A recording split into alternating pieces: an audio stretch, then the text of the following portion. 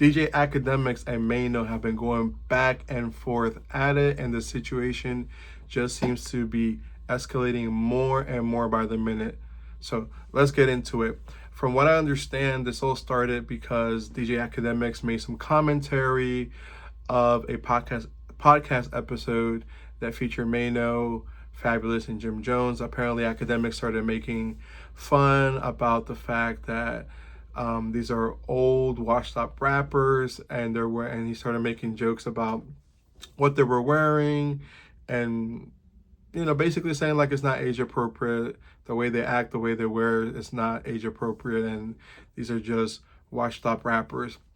So obviously from that, Maino and them, they responded back, made some, joked about or commented on Academics' looks and all these things, and one thing leads to another, and the situation just keeps escalating more and more and more, so much so that it even got the Joe Budden podcast involved in it. They talked about the situation. Obviously, Joe Budden has connections and relationships with both Academics, Jim Jones, Maino, Fabulous.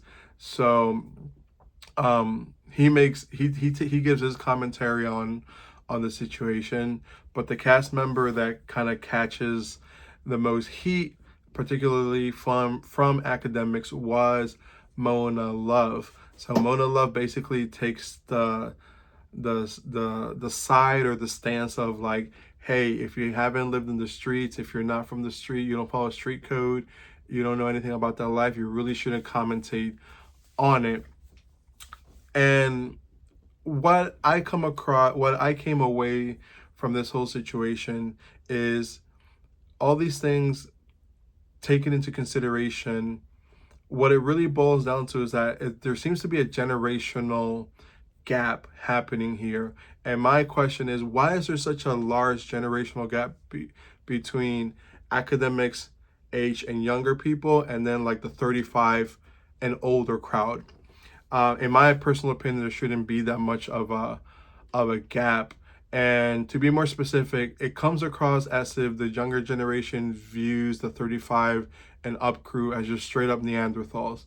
Like you guys, your worldview, your the way you were raised, you guys are just straight up Neanderthals, and your thinking and everything. And then the older crowd seems to look at the younger crowd as like, yeah, you guys are just a bunch of weirdos on the internet.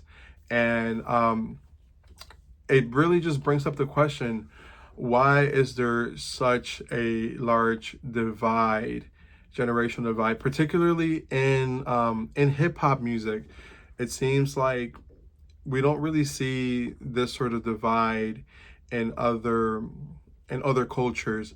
For example, in other cultures, the older generation sort of mentors the new generation, and then each generation just kind of keeps improving because the previous generation passes down information and resources to the following generation. They're able to like kind of level up. And I think some of the terms that get thrown around are like, this is how you build generational wealth, and et cetera, et cetera. But when it comes to hip hop music, there really seems like an agenda to kind of break up the generations, like and pulling the conversation away from the Maino and DJ Academics thing. For example, in a lot of rock stations, we hear new rock and roll groups, but classic rock is still a very well supported genre. We see a lot of older rock bands collaborate with younger rock bands. They go on tour each other. The older rock groups still get plenty of support. So we see that sort of like less of a generational gap in other genres like rock, country, jazz. And like I mentioned, when it comes to hip hop, it's very rare that you see a popular young artist collaborating and working with an established artist. And it's a shame because, obviously to build generational wealth and to kind of like keep this thing moving forward, both sides need to come together and and kind of try to, help each other. The fact is like the older generation, um, I don't necessarily think it's correct for the older generation to just generalize like the kids coming up with streaming and all that as just like, oh yeah, they're just weirdos um, on the internet. And if you listen to one of Maino's posts, he basically spends like 5 minutes um, in short terms calling academics a weirdo, like, oh yeah, like the thing you did on the stream, and all you did, and all you like you're involved in weird activities with minors. um and similarly, Mona Love sort of did the same thing. She's like basically saying like, you're not allowed to have an opinion because you weren't in it. Obviously, she's coming from talking more about what she believes is that academics gain his fame and his audience and his following from reporting on the whole situation in Chicago, what they call Chirac. She just believes that he monetized street life and street culture without really like any sort of conscious, and his inability to be conscionable about what he was reporting. She believes is due to the fact that um, he knows nothing about street life. So because he knows nothing, he shouldn't report on it. Um, I don't know. It's an interesting take, and it's one, I guess, is the criticism that a lot of older people uh, take just to advance Mona's point is that the younger generation has no doubt more technology, more access to information than what the older crowd ever had access to. But and I know Joe Budden talks a lot about this on his podcast. Um, Reading something, viewing the analytics on a certain topic, reading about history. No matter how much you read, how much research you do, nothing compares to actually living through that history and feeling the energy, feeling the vibes, feeling the flow of what was happening during moments in history. Nothing will ever replace true experience and actually living through something, no matter how much reading or revisionist history you want to do. Is very difficult to tell someone who lived through something that what they lived through wasn't real because they read it online. And and that's where I believe like both sides can come together and have dialogues, because in a lot of cases what the younger kids read, um it's coming from somewhere, and it probably did happen, but understanding that you can view history through different perspectives, and the perspective of someone who lived through it only adds to gives you another perspective, which gives you a deeper understanding of history. The more perspectives you get, the deeper understanding you get. um so it's always very, very interesting to see these conversations, but particularly in hip hop. um and with DJ Academics, he's sort of like one of the main figures that always plays like this young card versus the old the this young card, like him being the young person versus like the old people. And what a lot of these listeners need to also take into account is that it's not so much that Academics is super young.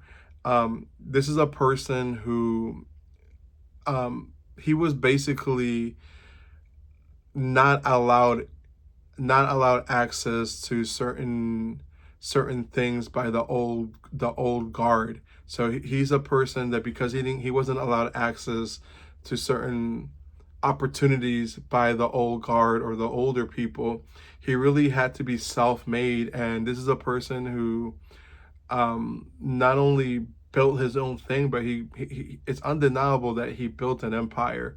Um, so with that background, it's easy to understand how he could have resentment towards older people, particularly older established people like Maino, Fabulous, Jim Jones, who he could interpret it as like, hey, y'all didn't let me in you guys' clubs, but now you're coming and trying to do my thing. And um, so as far as Academics and Maino, that's sort of the situation. I think bigger picture though, which I've been spending the last couple minutes talking about, is as a hip hop community, as lovers of urban music and culture, we really need to rethink or reimagine um, how we view the various generations of hip hop, and really try and work towards uniting more, working together more, learning from each other more,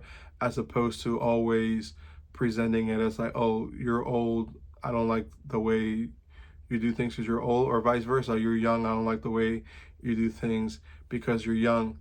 I think that if Academics and Maino play their cards right, it would be a beautiful thing to see them come together, have a well thought out discussion with like a mediator, and kind of help bridge that generational gap and those like generational wars that really shouldn't happen.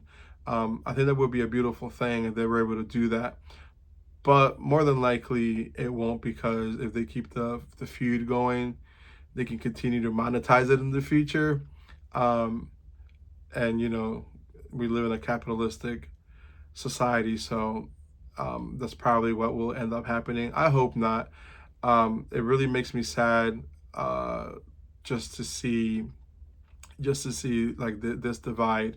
I think there's so many great rap hip hop legends alive with so much great information that the younger generation could learn from. Like when I think about a KRS-One, those type of people, the Nas's of the world.